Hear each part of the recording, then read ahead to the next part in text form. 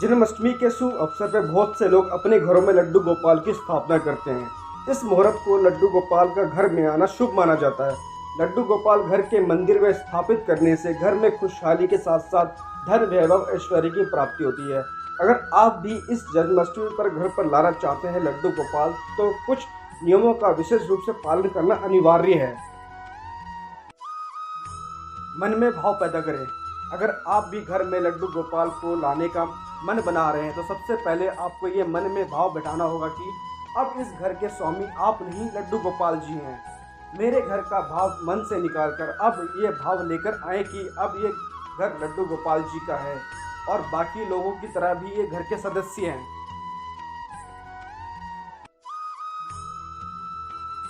रोज कराए स्नान। जिस तरह आप रोज स्नान करते हैं, उसी तरह आपको रोज लड्डू गोपाल जी को स्नान कराना होगा। लड्डू गोपाल जी को स्नान कराने के लिए आपको दूध, दही, शहद, गंगा जल का इस्तेमाल करना चाहिए। लड्डू गोपाल जी को स्नान कराने के लिए शंख का इस्तेमाल करें तो माता लक्ष्मी प्रसन्न हो जाएगी। आपको ये बता दें, शंख में देवी लक्ष्मी जी का वास होता है। लड्डू गोपाल जी को स्नान कराने के बाद मिश्रण बने उस पंचामृत समझकर आप पी भी सकते हैं। इतना ही नहीं, आप इस मिश्रण को तुलसी के पौधे पर विसर्जित भी कर सकते हैं। इस बात का ध्यान रखें कि मिश्रण को नाली में ना हवाएं।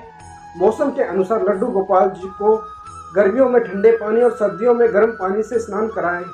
स्नान के बाद प्रतिदिन धुले और स्वच्छ वस्त्र उन्हें पहनाएं।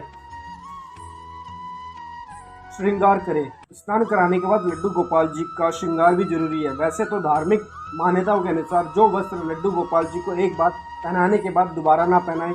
यदि आप नियमित रूप से लड्डू गोपाल जी को नए वस्त्र अर्पित ना कर सके, तो आपको पुराने ही वस्त्र धोकर लड्डू गोपाल जी को पहनाने चाहिए। उन्हें चंदन का टीका लगाएं और उनकी नज़र भी उतारें।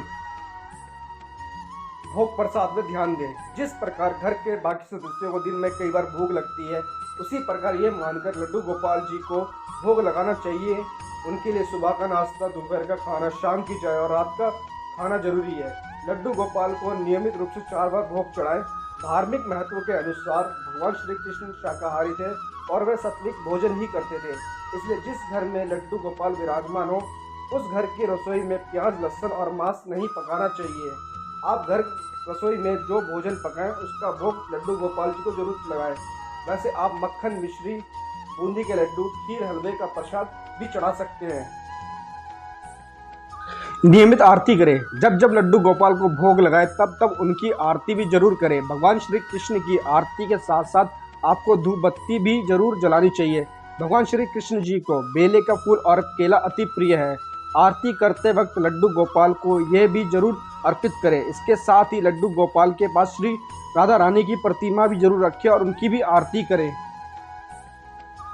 कभी अकेला न छोड़ें। लड्डू गोपाल को यदि घर पर स्थापित किया है, तो उनका ख्याल बिल्कुल वैसे ही रखना है जैसे घर के छोटे बच्चों का ख्याल रखा जाता है।